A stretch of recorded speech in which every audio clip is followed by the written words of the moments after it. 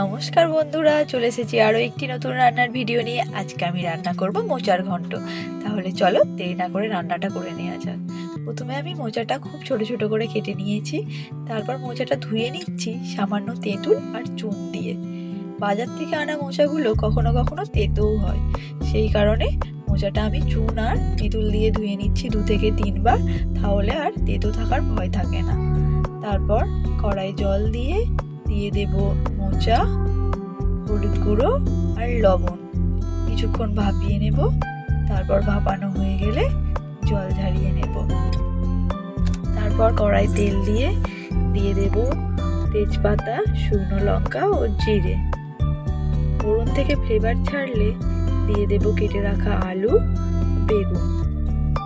বেগুন ভালো করে ভেজে নিয়ে দিয়ে দেব আদা জিরে আমি একসঙ্গে বেটে রেখেছি। তারপর কিছুক্ষণ নাড়িয়ে চাড়িয়ে দিয়ে দেব হলুদ গুঁড়ো, লঙ্কা গুঁড়ো, লবণ।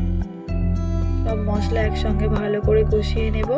মশলা থেকে কাঁচা গন্ধ চলে গেলে দিয়ে দেব ভাপিয়ে রাখা মোচা দিয়ে কিছুক্ষণ নেড়ে চেড়ে নেব।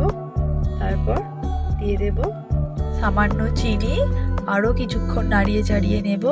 তারপর দিয়ে দেব জল। তারপর ঢাকা চাপা দিয়ে সেদ্ধ হতে দেব। সেদ্ধ হয়ে গেলে দিয়ে দেব গরম মশলা বাটা আর সবশেষে দিয়ে দেব ঘি। তারপর নামিয়ে পরিবেশন করে দেব।